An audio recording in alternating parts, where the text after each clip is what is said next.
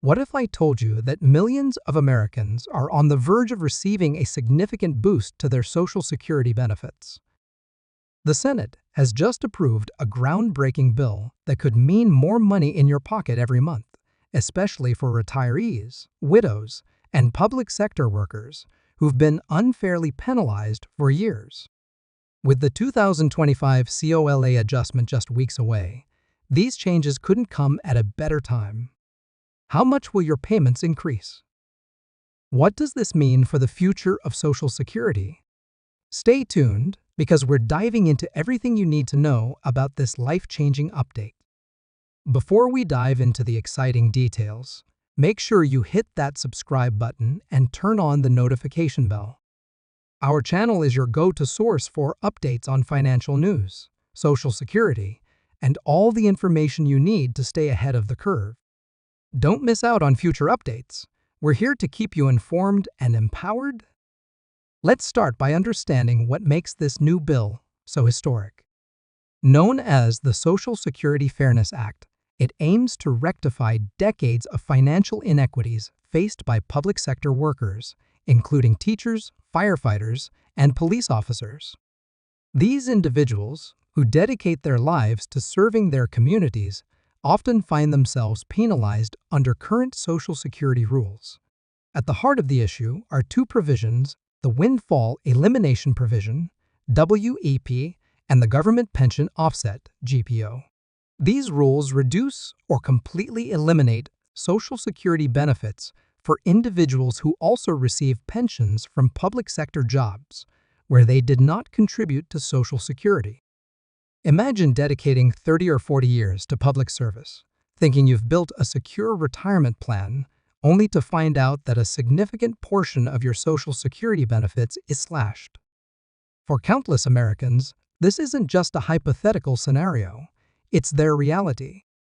The WEP affects people who worked in jobs not covered by Social Security, but later earned enough credits to qualify for benefits. Meanwhile, the GPO reduces spousal and survivor benefits for those who draw their own government pensions, often leaving widows and widowers with little to no financial support in their time of need. To put this into perspective, let's look at some real-life examples shared by lawmakers advocating for this bill.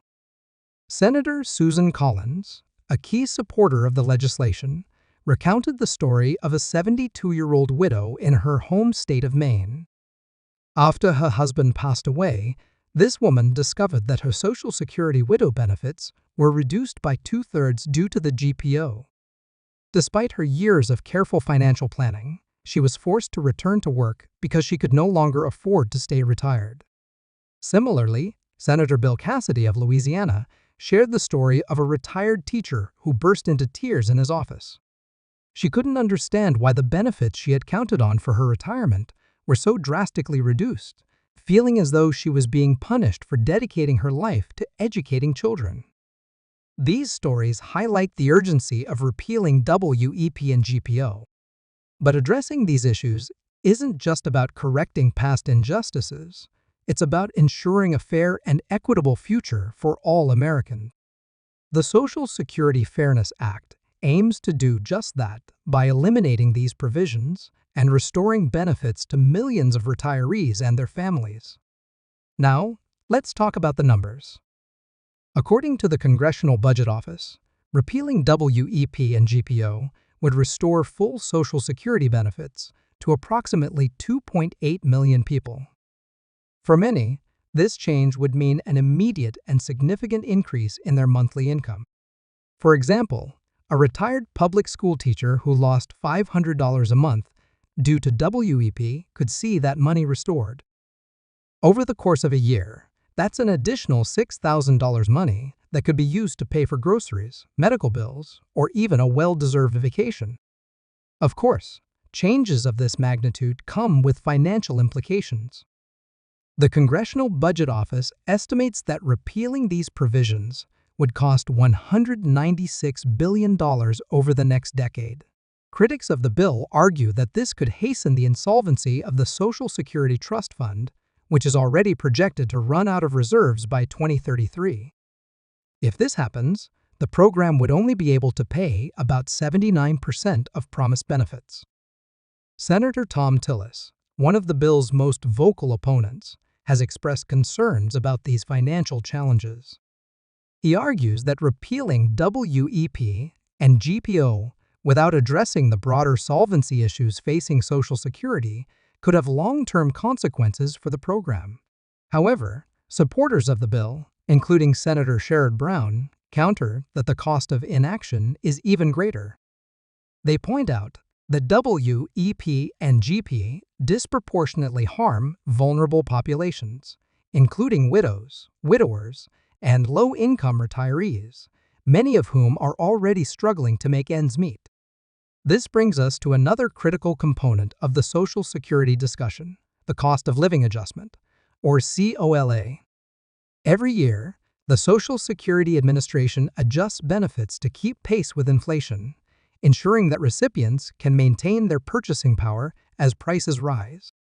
For 2025, the COLA is set at 2.5%, providing a modest but meaningful increase for millions of Americans.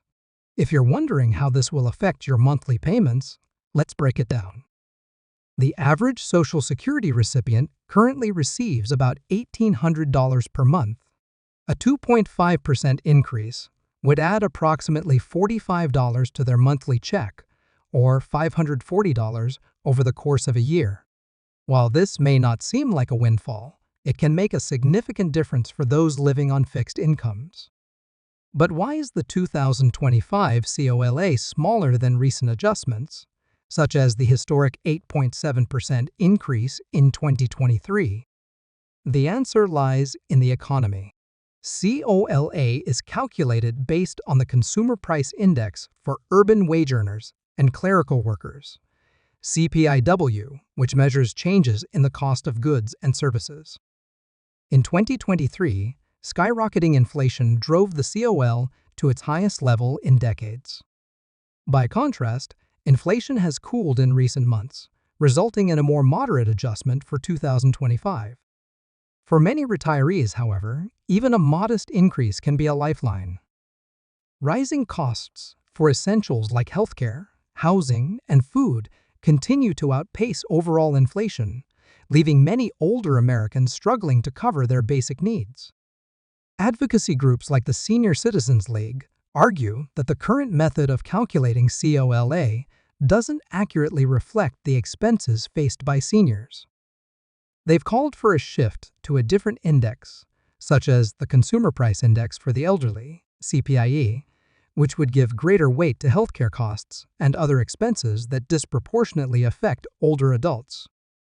This brings us back to the broader question of Social Security's future. While the 2025 COLA and the repeal of WEP and GPO represent significant steps forward, they're just part of a larger puzzle.